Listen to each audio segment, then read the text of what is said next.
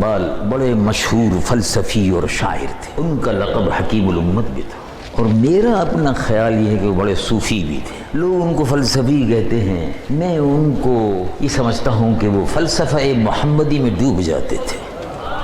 اقبال کا کلام، آج کل تو بہت سے لوگ علامہ اقبال پر بھی نکتہ چینی کر رہے ہیں، لندن میں بیٹھ کر بہت سے لوگ علامہ اقبال کے کلام کی چھان پھٹک کر رہے ہیں، اور وہ سمجھتے ہیں کہ علامہ اقبال نے شاید زندگی میں صرف ایک ہی ترانہ لکھا کہ سارے جہاں سے اچھا ہندوستان ہمارا، شاید علامہ اقبال نے صرف یہی لکھی ہے نظم، بس اس کے علاوہ اور کچھ نہیں ہے۔ علامہ اقبال کی شاعری میں یہ ترانہ ان کو یاد نہیں آتا کہ مسلم ہے، ہم وطن ہے، سارا جہاں ہمارا،